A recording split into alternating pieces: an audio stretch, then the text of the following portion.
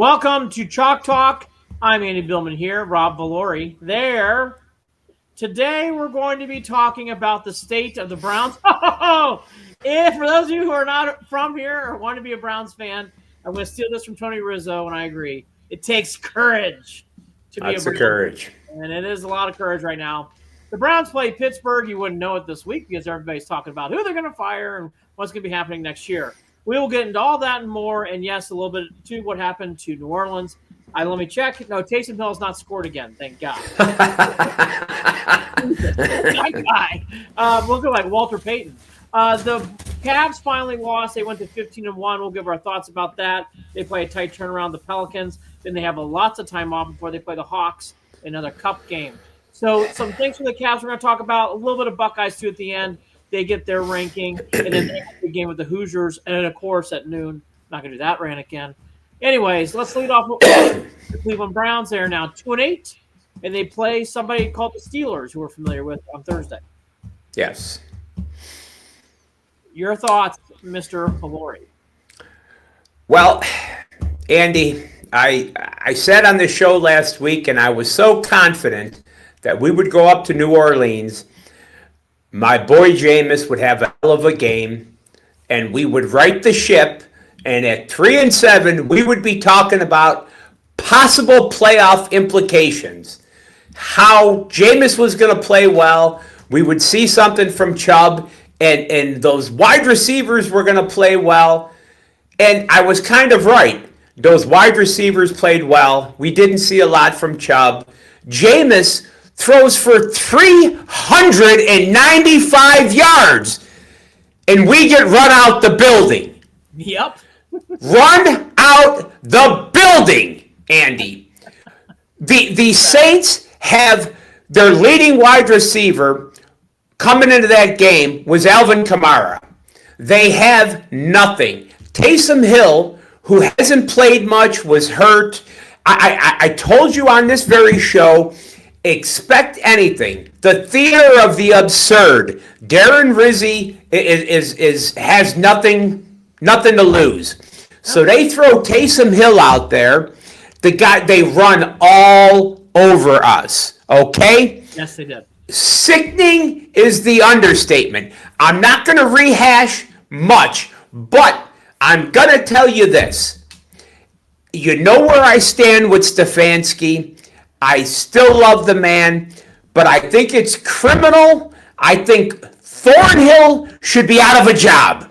I've watched that replay over and over again, and to see that kind of lack of effort is bullshit. And then to see him go and say, we got out-executed? No, we didn't get out-executed. We didn't hustle. If I coached football. If my kids didn't, I coached baseball. I coached basketball. If they don't run down the line, if they don't leg out a ground ball, you bench them. Thornhill makes millions of dollars. That son of a bitch should not play. He shouldn't even be on the roster. Now, Andy, I'm going to go on a rant here real quick. Forget the Saints game. This season was doomed from the start. Because listen, we should have seen it. The preseason, we were terrible, right? All I heard was Stefanski wanted to be good in the preseason. The Browns, they really wanted to contend this year. Yes. This team was lined up. They were going to contend. We were awful in the preseason. It was right in front of us, everybody. It was in plain sight. Here's what happened. The rest of that roster, the 52 guys that were dressed besides number 4, and all the other guys, they saw that the quarterback wasn't giving effort. They saw he didn't know the plays. They saw he wasn't practicing hard. He didn't know the playbook. I'm telling you, we can bitch and moan about Amari Cooper. Amari Cooper wasn't running the wrong routes. The quarterback didn't know where to throw the damn football. Okay? Sure. So here's what happens. The quarterback should be the leader of the team. Bill Billman, they look up to him. Andy, when he's not doing that, these guys, they start following his lead. And it all fell apart from there. Nobody should be surprised that we're 2-8. This team is going to end up at 2-15 unless Jameis gets lucky and ends up throwing the ball around and throwing for 500 yards and 5 touchdowns. We accidentally win a game. I don't know how. And here's how I'm going to finish this up. It's going to be criminal. It's going to be criminal if you fire Stefanski, and let's earmark this, they fire him, he's going to go to Chicago, and within 3 years he's going to win a Super Bowl. We're going to look like assholes again, okay? And unless you have a plan, we get run out tomorrow night, and they fire Stefanski Friday morning, they better have Vrabel lined up to be the interim coach immediately, and he better take over right now. Because if you fire him and let Schwartz or Dorsey do it, they can't do that. They cannot do that. I agree. Under no circumstance. And there's no guarantee that Vrabel is going to want this job. Andy, how many jobs? The Jets, the Saints, the Raiders. Okay, Pierce isn't going to make it. Peterson and the Jaguars. Okay, the Giants are possible. Dable. Okay, now I don't want to. Who wants to coach the Cowboys? You got Jerry Jones. Nobody wants that job. So here's my point. Vrabel has the pick of the litter. Okay. Does Vrabel? Okay, he's from Cleveland. All that other shit. Can you see the Haslams giving him the keys to the whole franchise? Probably not. Okay, probably not. So, what the hell are we going to do? Well, good question. Stefanski is not the problem. He's had a bad year. Yes, it's unacceptable. Bubba Ventrone's got to go. I'm doubling back on Schwartz. I think Schwartz has had a bad year. But Schwartz can stay. All right, let me add some sprinkles. Go ahead, please. Let me add some sprinkles. So, here's what I would say. Stefanski's earned some of this. He has. He has not coached well. It didn't really start last week. Team hasn't been prepared. There's a lot of people inside of Berea that needs to also step up and announce they've caused some havoc, and they have caused some havoc. Bubba Ventrone needs to go. I think Ken Dorsey has to go. And then Schwartz, I'm back and forth on too. I think I'd keep Schwartz. Now, I am not as defending Stefanski as you are, but I'll say this is much bigger than one egg here. It's a lot of eggs in this box that stink. And it bothers me a lot. And what I don't understand watching a game like the Saints is people going off about defense, giving up big plays. And they gave up big plays in the fourth quarter. But in that game, I saw special teams have meltdowns. I saw a kicker have a meltdown. And you can't, in a game like that, you can't have your special teams go off the rails. The Browns, what really bothers me that I've seen, and I don't know if you agree or disagree, and this is what I have a couple others, but this is what bothers me about Stefanski right now. There's no buzz. There's no fire. It does feel like a dead team. I gotta be honest. He does look defeated. Andy, he does look defeated. And he's got to suck it up. And I would advise him, I get it. You have got to get deep and get some emotion because you're on your way of getting pushed out. And that's where I don't like. And that's where Stefanski has to find his inner self and get this team fired up to do something because they are looking a little lackluster. I don't think it's totally checked out. But I will say, I circle special teams. Absolutely. I'm actually going to circle some stats, which I gave you before we did this today. What really bothers me, top rusher on the team is Jerome Ford. He doesn't have 300 yards. He only has 279. Okay, excuse me. I see your notes, but we didn't address the running back room. Do we fault Stefanski or Barry and DePodesta? All three. All three of them. Okay. The running game carry on. And by the way, Ken Dorsey, come on in too. Because he's part of I'll agree. I think that's a combination there. They should have gotten better running backs. I've been screaming that from the hilltop, and then it didn't happen. And from the hilltop, it didn't happen.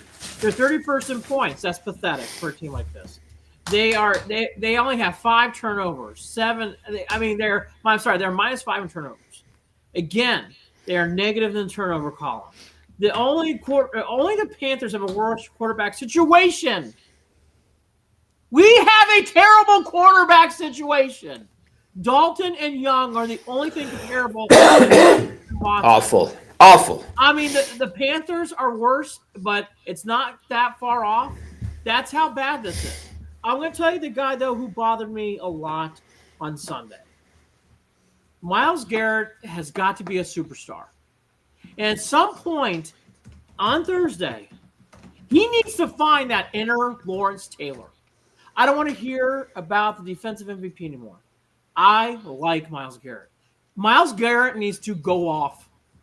He needs to have a game where he hits Russell hard. He needs to have a game where he brings down the running back, Harris, hard.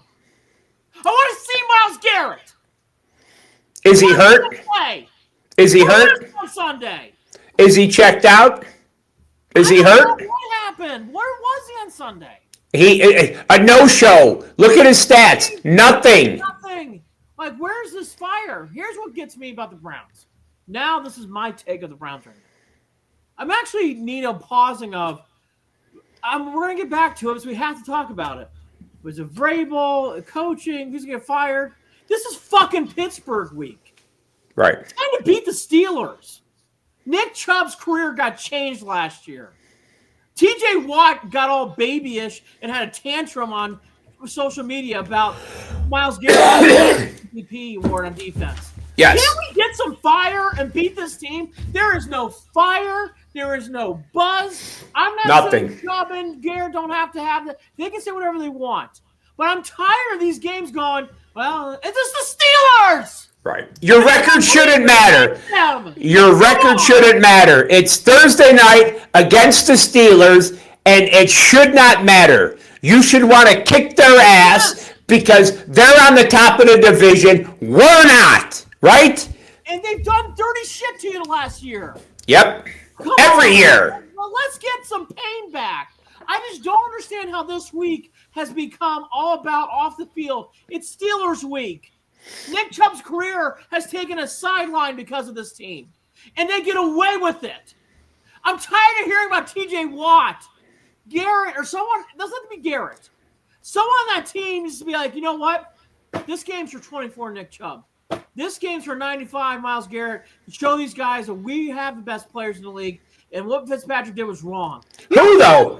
Who? Who's going to step up? Who on defense? That's my point. Who is There's special teamers out there last week against the Saints. Billman, he's playing special teamers. I mean, what the hell are you going to... But I want some fire. I just want... Maybe it's Njoku, who everybody wanted to keep. Denzel Ward, who played really well last week. The only one. You're right. You're right. I just want to see some fire. This is not a normal Thursday game. No. This is the Steelers. That should be enough alone.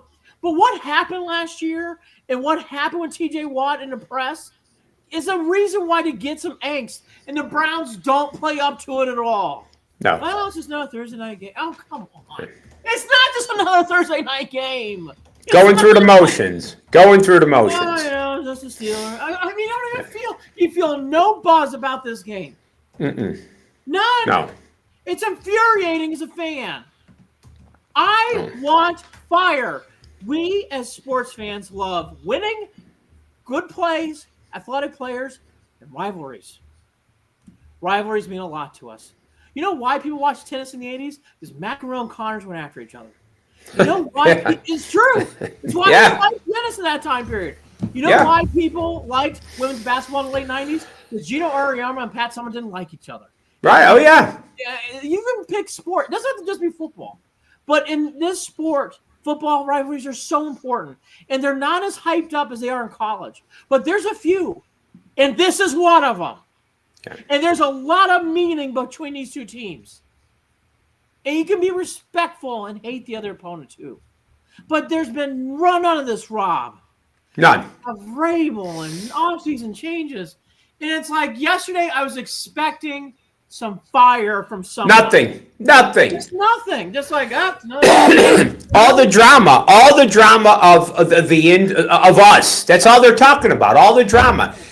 Billman, Billman. The last thing I'm going to say about Stefanski and this mess right now is, as much as I love him, the part of being a coach in any sport, you have to be a leader of men. Yes. And let's see what happens the rest of the year, because Stefanski, we know he could draw up great plays. He could win games with P.J. Walker, Robinson, Dorian Thompson-Robinson, Joe Flacco, Winston.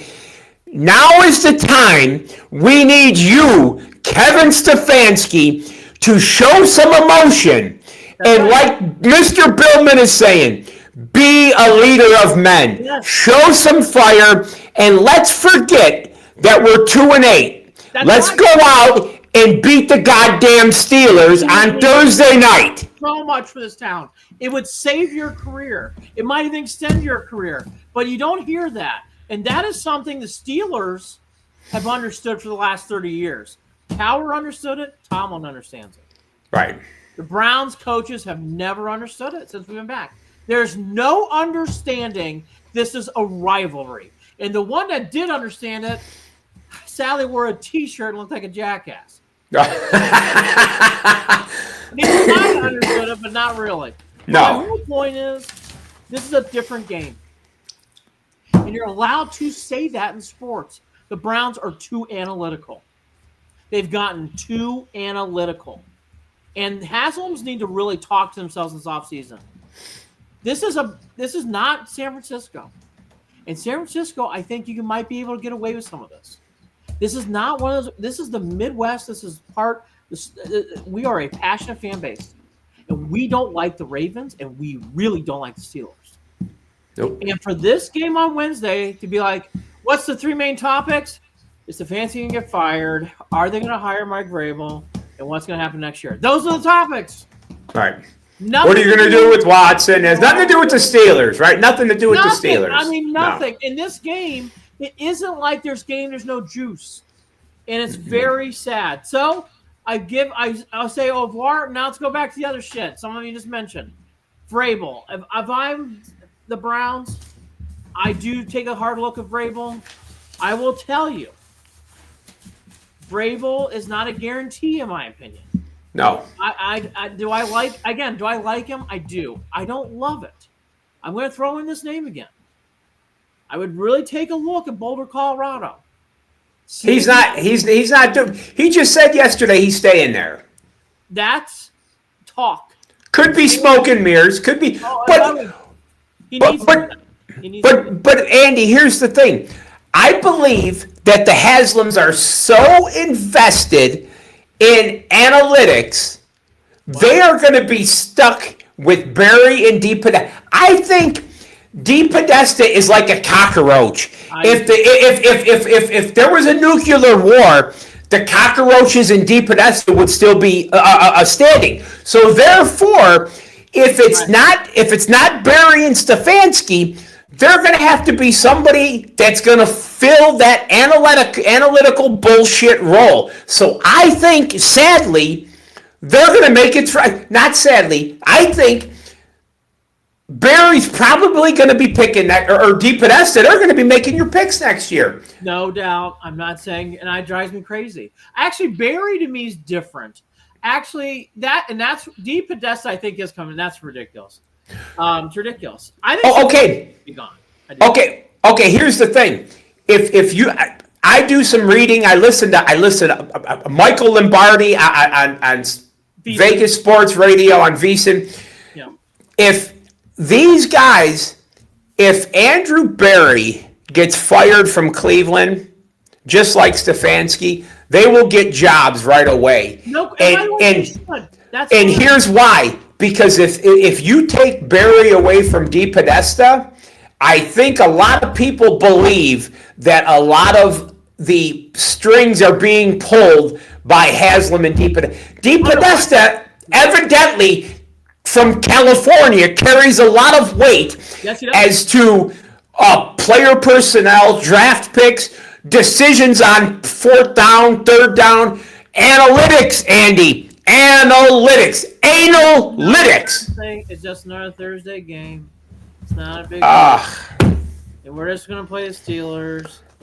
We're really hoping big things from Cedric Tillman. Myles Garrett, it's a team game. We need leaders to step up. Now I'm going to go to the guessing game. I think Stefanski's going to get fired at some point. I think Andrew Berry's going to get fired at some point. I hate to admit it. I don't think DePodesta's going anywhere. Probably. That drives me crazy.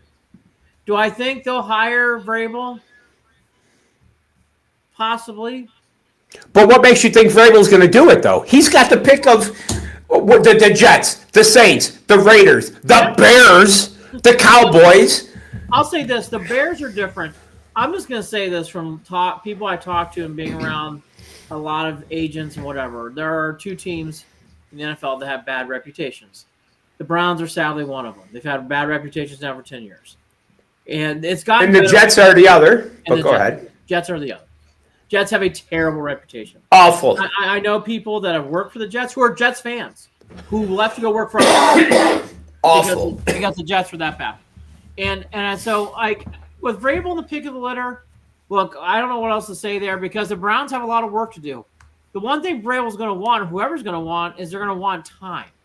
And I would hope for the Haslams and DePodesta, or maybe just the Haslams, that they give it time.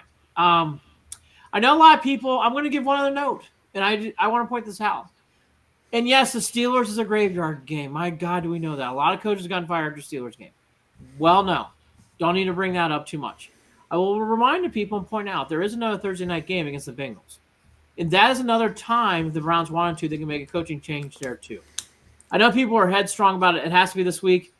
You could fire Stefanski later on in the year if you had to. But who's it going to be?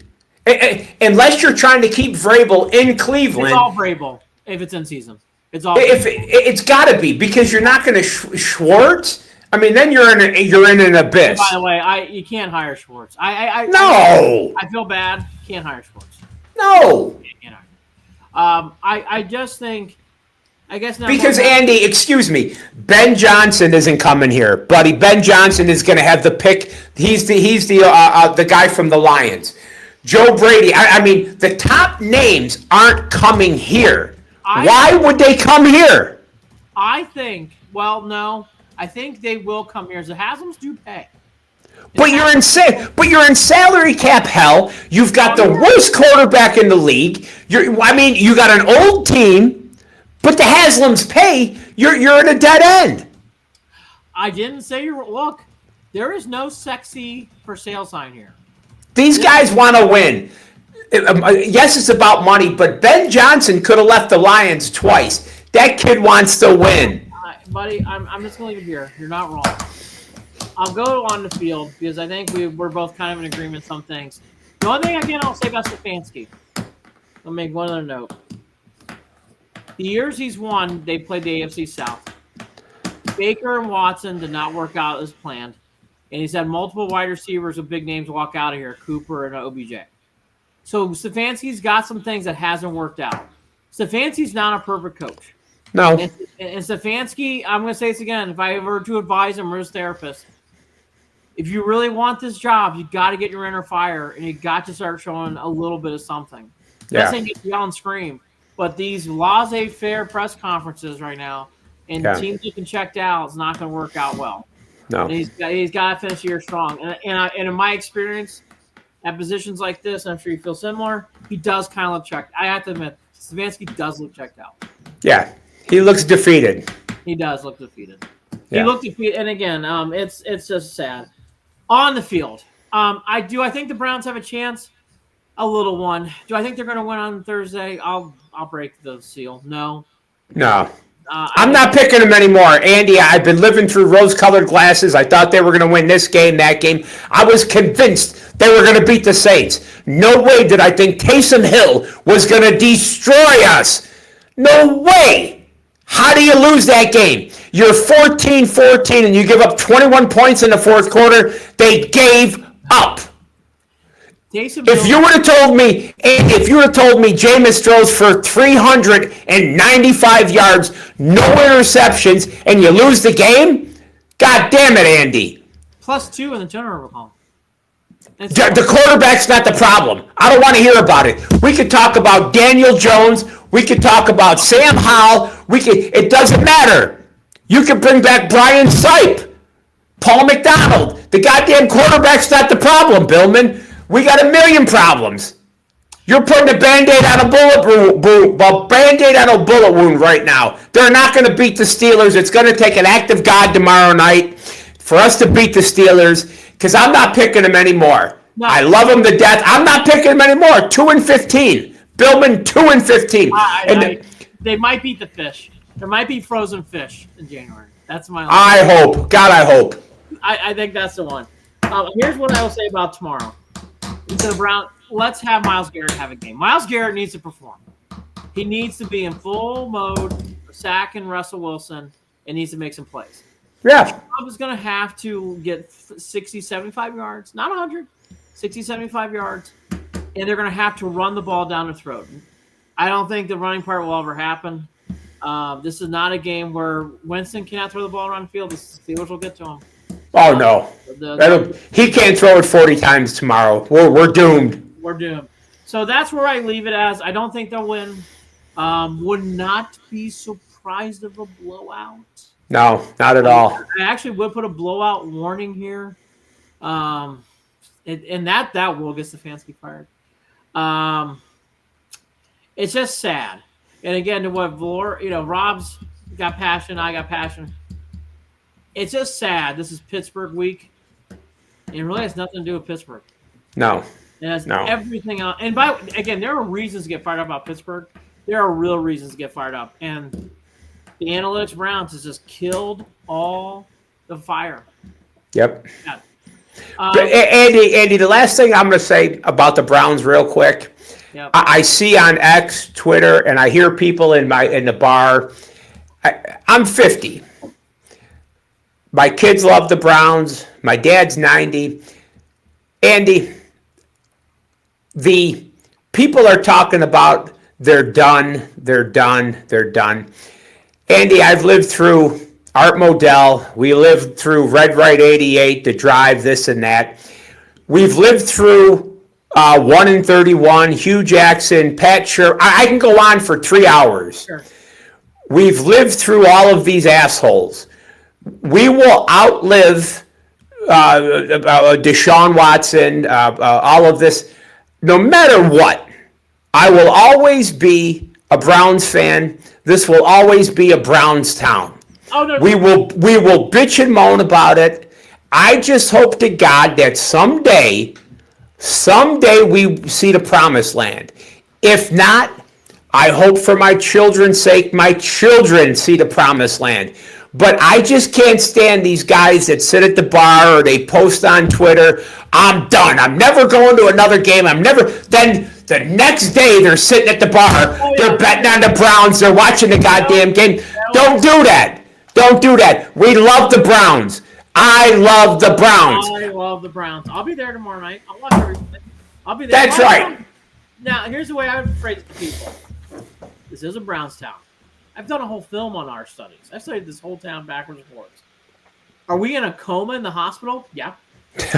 are we right now having delusional in the in a psychic ward? Oh yeah. Yep. Does that mean that we're not loving this team? Oh no, it's just the crazy uncle. The crazy uncle does have a coma. Yeah. He goes to the psych ward. And it's crazy. But with the crazy uncle, we'll invite him to Thanksgiving. He'll be back. He'll be all right. Yep. He'll be right there.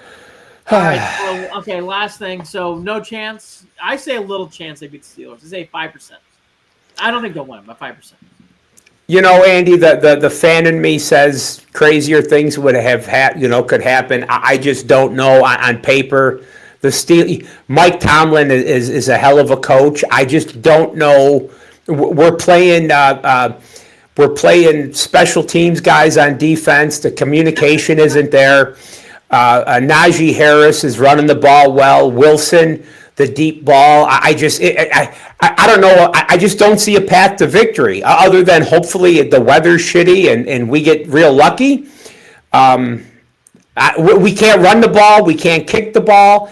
And you can't see Jameis throwing for 400 yards against the Steelers. Don't get above 20. Yeah, it's all those Nah. things. Do they beat the Broncos the following week? And, hey, I just saw today, we didn't get flexed out of Monday night. We're still on. But Bo Nix is playing well. Sean Payton looks like Jesus, man.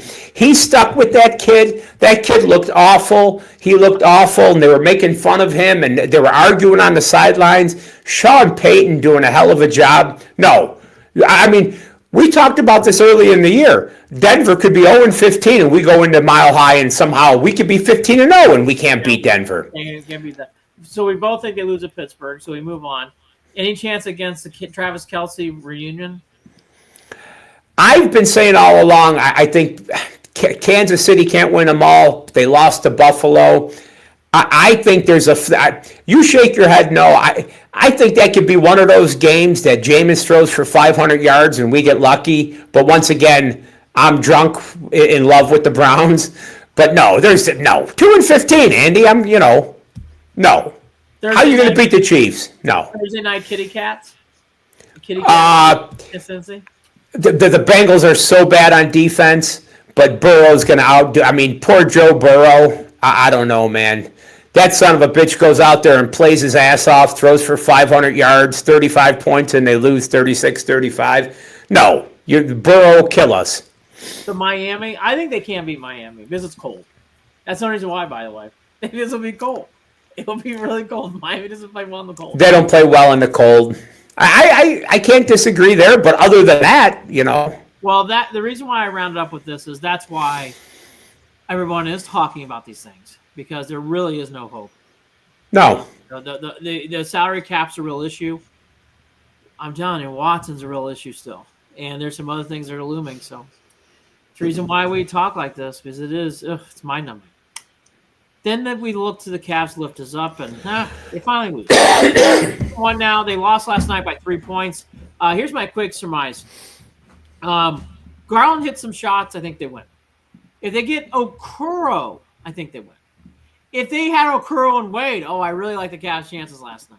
Yep. The Cavs, to me, really showed a lot in a 16-game swing. For the first time, I've been saying this on the last show, and I'm going to start harping on this. Cavs need to control tempo. They did not last night. The Celtics allowed that game to get not slowed down, but half court, and that's not the Cavs' strength at all anymore. Yep. But here's some things, and they give up a lot of threes. You want to beat the Cavs? Shoot the three. The Bulls, the Hornets exploited that. The Cavs won both. They won all three of those games. They played the Bulls twice. And finally, the Celtics just hit 2 minutes. Now, that said, Niang's showing a lot. Ty Jerome showing a lot. Sam Merrill defensively. By the way, Sam Merrill's not playing well offensively. But defensively, he's really showing up. Yep. There's a lot here that you like about the Cavs, which I do long-term for the Cavs. Here's my one warning. This is now a warning. I haven't had one yet for the Cavs. This is one warning. They didn't do it, but they're close. Don't celebrate a loss. You lost. Right. Oh, it was the you lost. Don't hang on a loss. I don't think this team will, so I think it'll be okay. But I'm going to say I saw some of the quotes, and Atkinson didn't talk this way, but a couple played, I was happy how we played. No. Again, no. Don't sexify a loss. Right. You lost. Hey, did some things. We'll get better next week. Or get better tomorrow. So that's my only warning to this team. It's a bad thing in sports. I won't go through history of what teams have done it and they start losing. But that's my overall surmise. I'm happy with 15-1, though, to be honest with you. It really is. Here's the thing. I think they're trying to downplay the loss to the Celtics. Yes. That's what I think. Yep. Here's agreed. They were shorthanded. Yes. And it kind of looked like last year's Cavs because the Celtics were making them play a half-court game.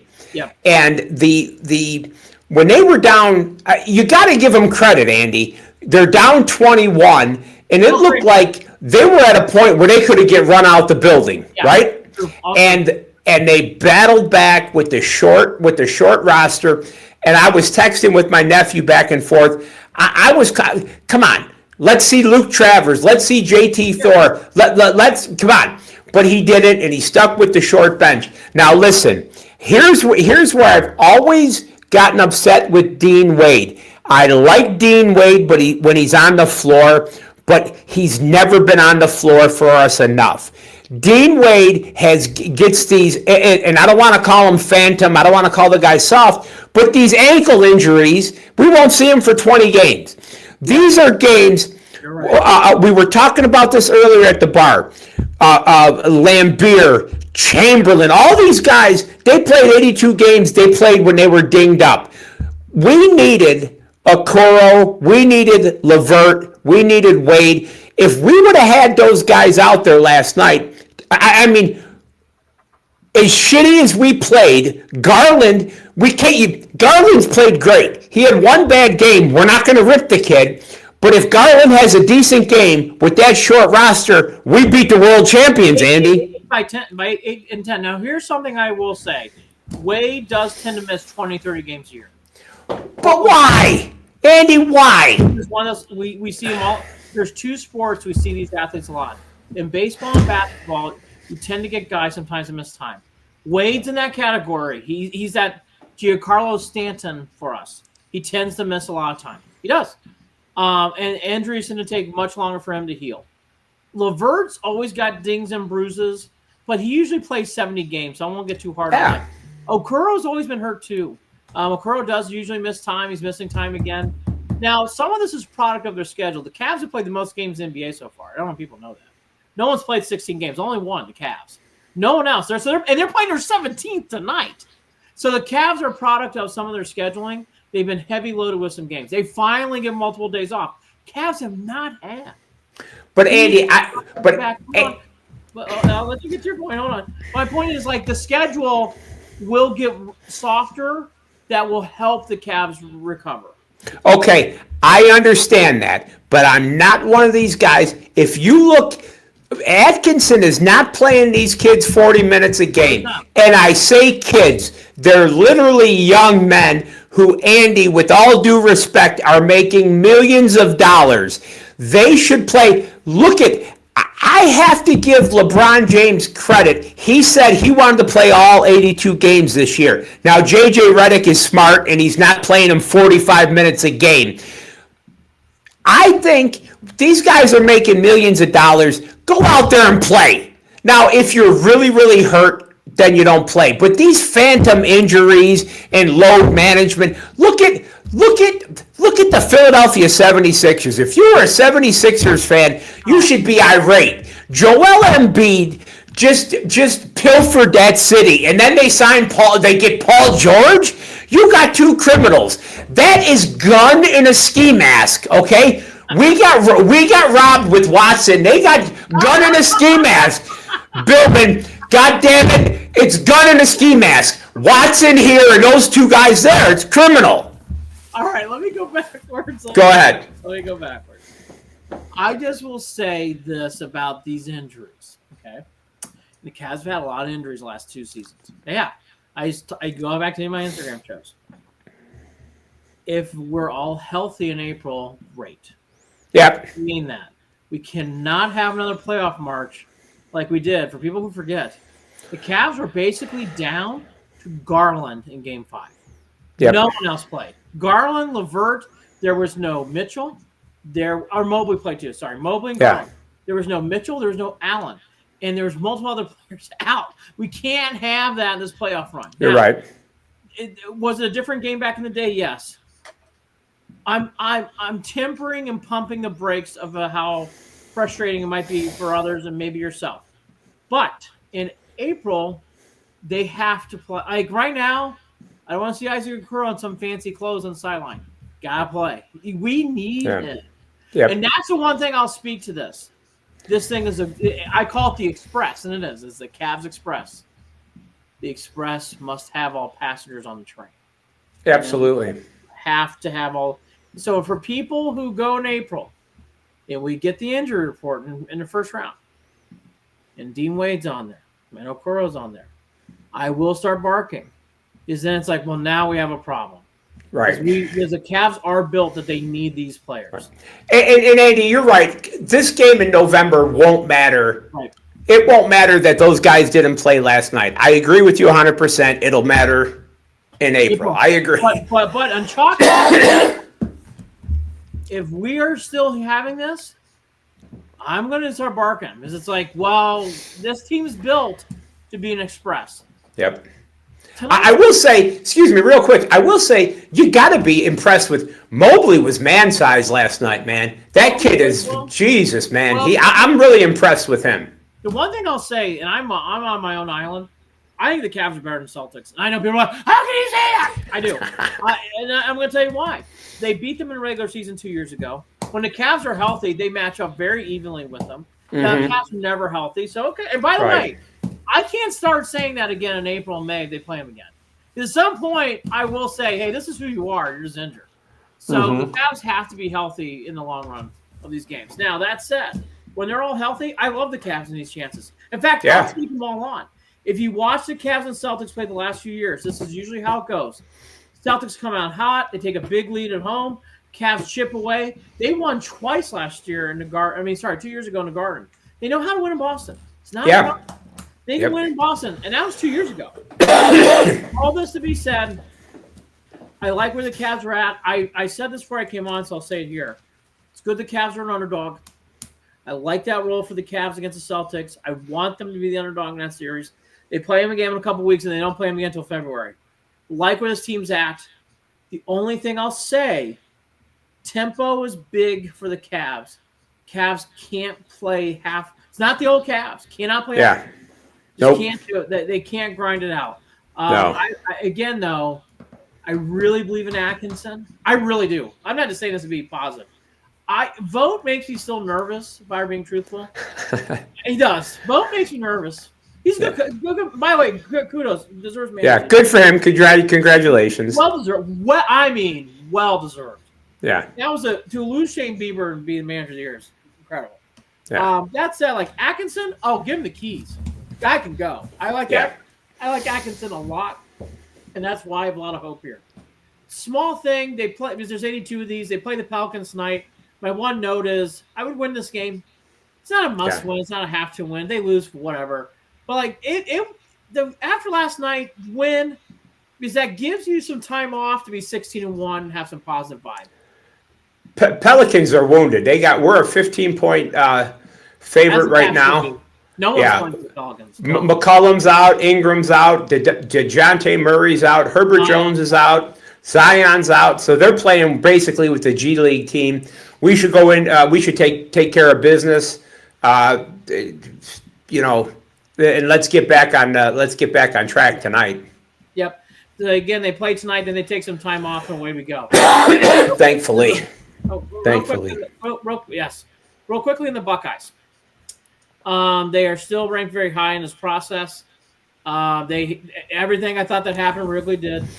They did enough to win, and they won easily. They didn't cover. Those games get goofy. Fights like that. I will tell bettors out there, those games are goofy. Goofy game. By the way, I've been losing a lot lately, so I'm not one of these. I'm smarter, everybody. Finally had a big weekend of winning. Good for you. 3 from 3 in NFL. 2 out of 3 in college football. Thank God.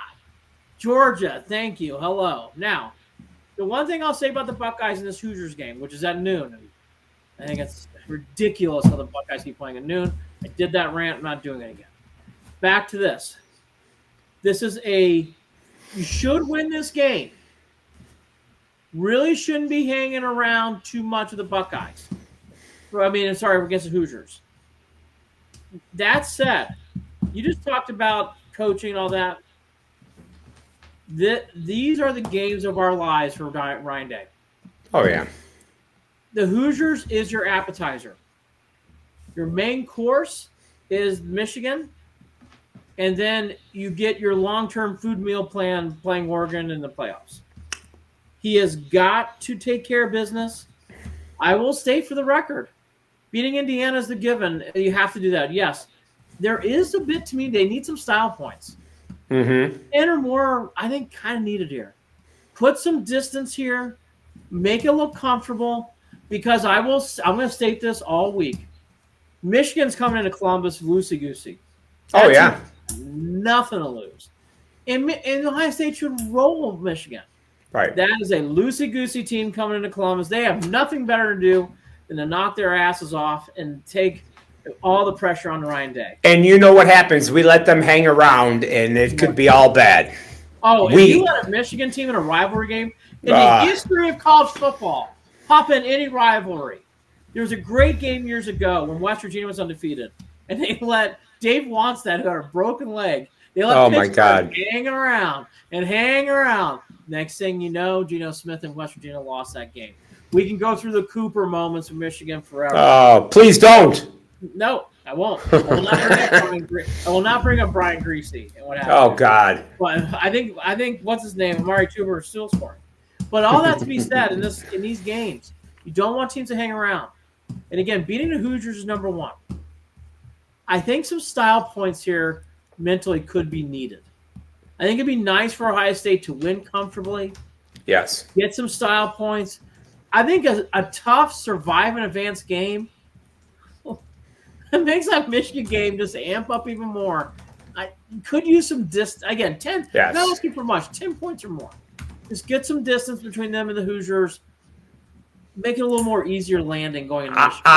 I would really, really love this Ohio State team to blow them out. Yeah. Because Indiana is like the darling, and they should be. They should Kurt Cignetti's doing a hell of a job. His first year, nobody expected this. Everyone's a fan of them right now. And I hope for Ryan Day. I hope for Will Howard.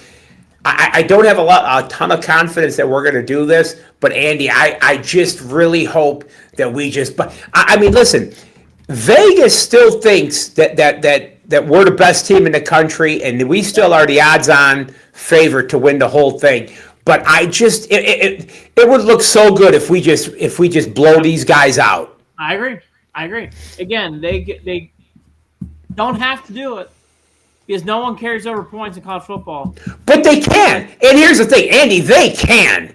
I mean, I think they really, really can. But we'll see if they do. We'll see. Anyways, that's the Buckeyes. I'll do quickly. I do think they're going to win. Oh, yeah. I do think they're going to win. Do they cover 13? That's a good line. It's probably right there. What do you think? Would you take the Buckeyes giving away 13? Put a gun to my head, yes. I'd probably take the Hoosiers. It's tough. Right there. It's right there. One other observation. And I'm a Big Ten guy, because I assume you are too. Yes. They need to really be careful about these home games in the playoffs. The committee. If I'm being truthful, Bama deserves a home game over Penn State. If I'm being truthful, they do. They've beaten better teams. Yeah. I think they're better than Penn State. Absolutely. I think they need to be careful here about giving all these home games to Big Ten teams. And I'm a Big Ten guy. Some of these SEC schools deserve a home game or two. Be very careful just to hey, look, Penn State can't beat Alabama. Penn State is fraudulent. You know it as well as I do. Their numbers. Their numbers are. They beat up on the little guy. Yes. All of Drew Aller's numbers. They beat Purdue. They pound Purdue, and they inflate their numbers on the little guy. Penn State is fraudulent. They don't deserve a home game. You know what I'm saying? That's my point here. You're saying what I'm at. I just saw some of the home games that I'm like, and I love big Irish fan. Love the Irish. But they should join a conference then. Well, there's a whole discussion that I will get. Okay, let's go down this road real quickly. They should join a conference. Carry on. No, sorry. By the way, Irish play Army this week. Then they go Army. I love Army. Everybody in the country will be cheering against my Irish, and they should. Love Army.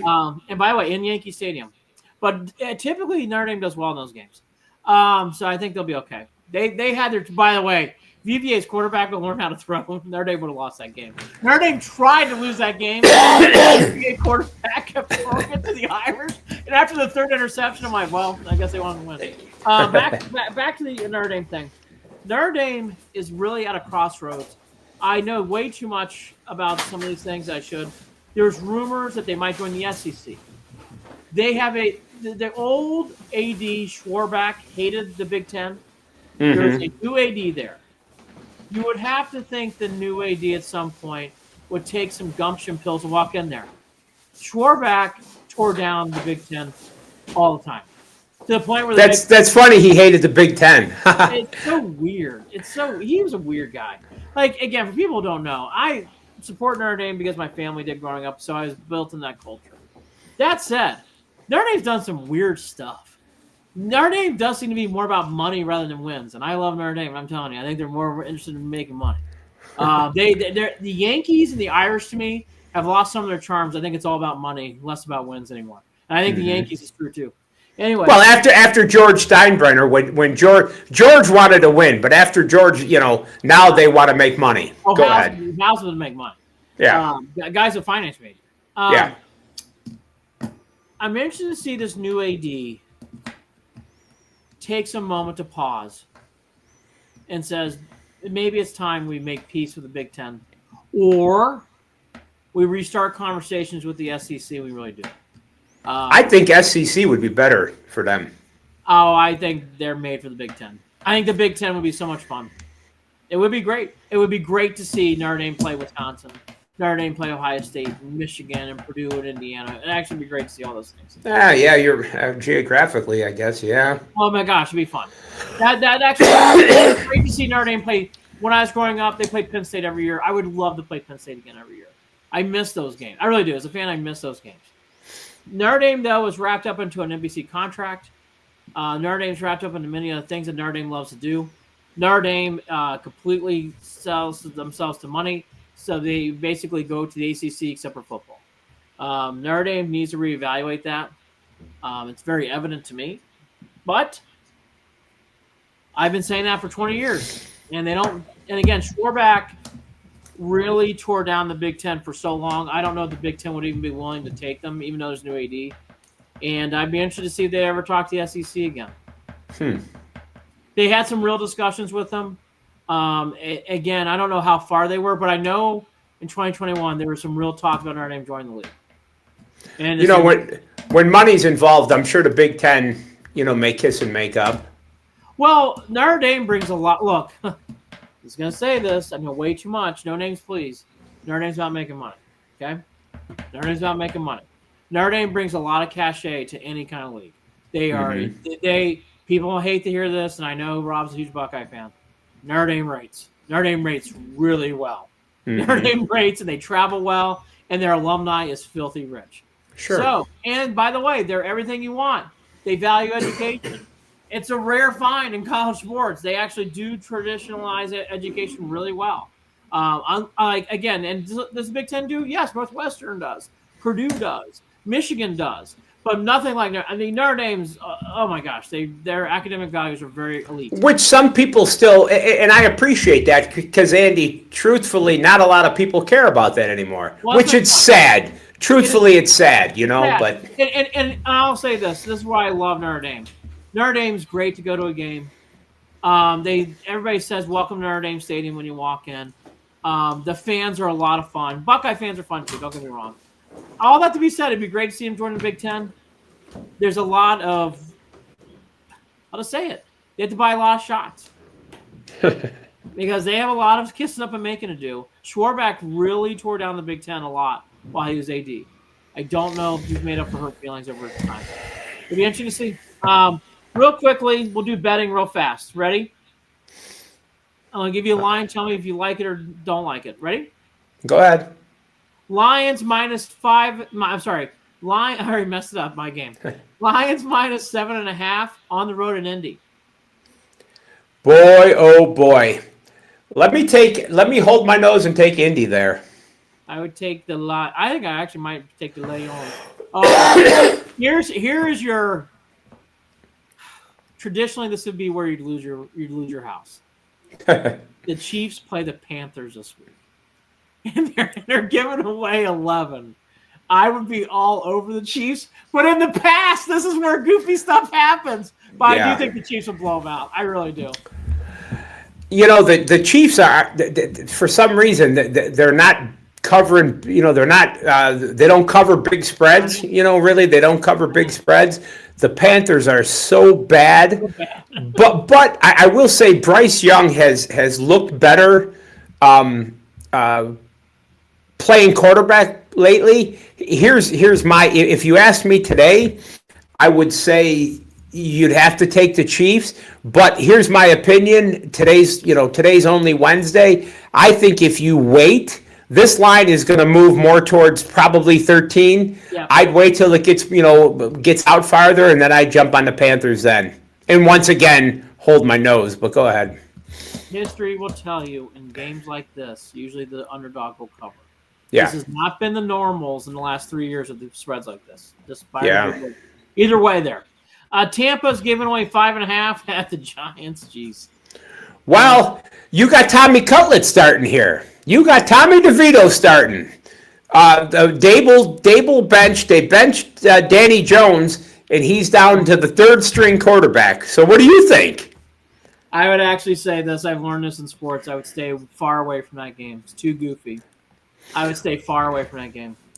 Well, here's one of the, and I can't remember the name, if it was Dexter Lawrence, one of the Giants' prominent defensive players came out publicly and said, hey, Danny Jones is our guy. Danny Jones is our number one quarterback.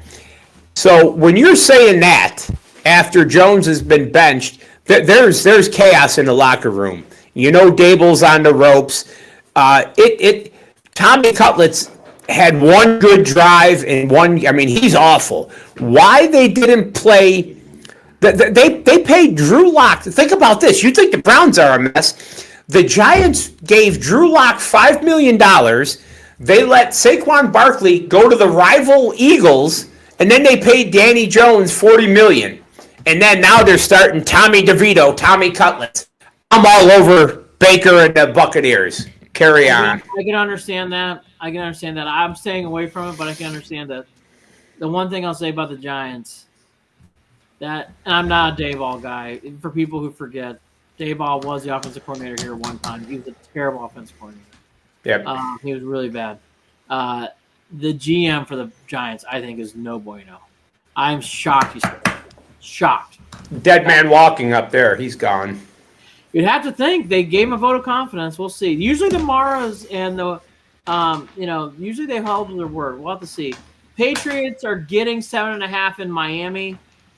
That's another game I'd stay away from. I might take the Pats there, even though it's in Miami. Well, that kid's starting to play good. He's starting to play good. Drake May, he's starting to play good up there in New England. I have no confidence in Gerard Mayo. I think that was a colossal mistake. I think Kraft it may be a one and done because you got some. Vrabel may go to New England. You never know up there. I think Kraft. I think Gerard Mayo has been outmatched, but I think that kid can play quarterback. There's a lot of people who work for the Patriots who I know, and they love Mayo. I know. They love him. You mean like they like mayo on their sandwich, or they like Gerard Mayo? Okay, so maybe I'm wrong. I like the quarterback. I don't think the team's very good, but I do think he's going to move the football. So yeah, just some insider. I know people work for the team. Mayo's not going anywhere. He's going to get a fair chance to lose. That's what I'll say. But I will say the Crafts are one of those aggressive owners. They won't take losing too long. Yeah, he'll be good for another season. Titans are getting 8.5 against Houston. I was not impressed with Houston. They're having a weird sophomore year with Stroud. I would actually stay away from this game. I don't know. I'm not in love with it. I've not been impressed with the Texans. They're good. They're in the playoffs, but they don't wow me. No, little regression from Stroud, which is what is expected. Yeah. I would be a stay away, but once again, Will Levis is a guy that I kind of want to like, but he just does boneheaded things, here's the problem with the Titans. Their coach Brian Callahan came from Cincinnati, Yep. right? Yep. That is the Zach Taylor tree of coaching. Zach Taylor has who? Joe Burrow, Andy. Will Levis is not Joe Burrow. So until Brian Callahan figures out that Will Levis can't run Joe Burrow's offense, the Titans are going to struggle. Change that offense, go to play action, two backs, then give that kid a chance. Right now they're doing Will Levis a disservice running Zach Taylor's offense. I don't want anything to do with the Titans. I agree, and I'm not a Zach Taylor fan, but I don't care because I hate the Bengals, so who cares? Yes. I think Zach Taylor was a lousy coach. I really do. Bears are getting 3.5 against the Vikings at home. Boy, the Bears have played a lot of home games recently. I'd be tempted to take the Vikings there. I don't love it. I actually would probably take the Vikings. I think the Bears have kind of fallen off the cliff. I think they have another coaching job already open. I know you mentioned that earlier. I concur. I would probably take the Vikings there 3.5. I've loved the Vikings from the year when it started. I thought Sam Darnold was a decent pickup. Brian Flores is a guy you're going to hear his name. Now I don't know. He was the coach in Miami, and it didn't end well. And he's really done a great job with this Vikings defense. Now I don't know if he's going to be one of these guys that the second time around he'll be a hell of a coach. But you'll hear his name come up in these coaching jobs in the offseason. Agreed. The Bears keeping Eberflus it did such a disservice for Caleb Williams. Doesn't know which end is up. Yeah, the offense is a mess. They got rid of the offensive coordinator. I was not one of these guys that was ever high on. I don't think Caleb Williams is going to be. I don't think that now. Maybe if he gets a guy like Stefanski or Cliff Kingsbury, or if he gets an offensive guru, they could mold him. But surely Eberflus is not the guy to make this kid a star. Eberflus is done. I'd be shocked if he got shocked if he didn't get fired. Really would. That whole coaching staff. They get rid of that entire coaching staff up there in Chicago. Agreed. I'll leave it there. I really do. Completely agree. The Commanders are giving away a ton of points against the Cowboys. That's another coach's dead man walking. Even though the Commanders are giving up 10.5, I could see them blowing out the Cowboys here. Blowout. Raiders are at home. They're giving up 5.5. I hate the fucking Broncos. I'm an 80s kid. I would take the Broncos here all day. I think the Raiders are done. Yeah. I hate admitting this. I think the Broncos are actually becoming good. Oh, yeah. I'd be I'm actually going to bet that game. Very comfortable giving up 5.5 in that game. Antonio Pierce's shot, they're giving up. You don't know if it's Minshew, if it's Aiden O'Connell or whatever the hell his name is. They're a mess. The Raiders, that poor bastard up there. Al Davis is rolling over in his grave because his kid's an idiot. That's another organization with not a good reputation. No. Mark Davis does not have a good reputation at all. It's not just bad haircuts. I would stay so far away from this game, but it's a great game because I think the Niners actually have to win this game. Niners are at the Packers. It's the national game at 4:30. The Packers are giving up 2.5. I'll say it again. I'd stay far away from this game. I have no read on it whatsoever. Good game, though. Great game to watch. The Niners have to win this game, but I think they may be cooked. I just think that it may not be their – I love Shanahan. I think that – but it just may not – at 5-5, the Niners, they need the game. They need to win that game. Do. You hate to say that in a non-divisional game, but God, it feels like the Niners really need that game. Seahawks are at home. They beat the Niners last week against okay, here we go. I love the Cardinals in this game. Oh, yeah.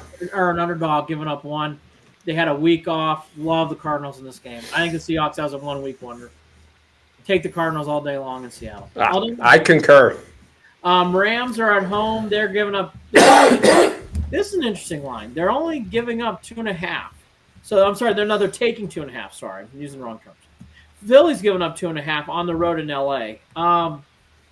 It's interesting why Vegas is giving so much respect to the Rams. I would probably stay away from this. I would stay away from this because the Eagles are due to lose. Right. Well, and I thought that last week. Here's what I'll tell you: the Eagles travel well. That's going to be a heavy Philadelphia contingency there. The Rams are playing with one arm behind their back with all their injuries. But I will tell you this: I love McVay and Stafford. You could see anything happening there.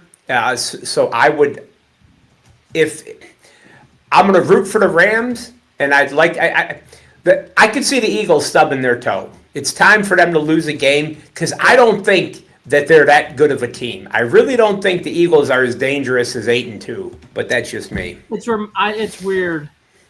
He doesn't get the press anymore. McVay's doing a nice job. Oh, he's a fantastic coach. Really is. I don't know why he doesn't get talked about like he used to. He's actually doing a really nice job in LA. The Ravens and the Chargers, the Harbaugh Bowl. The Ravens are favored by 2.5. Wow. What a slobber knocker this is going to be. Again, I will say this. I would stay far away from it. Too much emotions for me. This is a great game. Wow. I guess I'd lean towards the Ravens, but I can never pick them because I hate them so much. I look at that number and I think 49 and a hook. I think right now I would say I'd probably lean under, which is hard to say because you see both of those offenses, but man, I could see anything happening there. No, right now, no comment on that one. Yep, stay away. Yep, yeah. I kind of feel the same way. I'd stay away. Yeah. If you like this or you have comments about this show, please feel free to comment. If you would like more of this, please tell us how much more we like it. We enjoy doing it. We're still a new show here. All right, so I guess to recap the week. Browns, Steelers, we'll do some more on that after postmortem. Cavs, 15-1. And we both are kind of thinking Stefanski, even though we don't want to or not, probably won't make the season. Unless something happens good. Yep. I think it's dead man walk. I hate to say I can't believe I'm saying that. Really feels that way. All right. We'll be back here soon. Enjoy your week. Please take your bets lightly.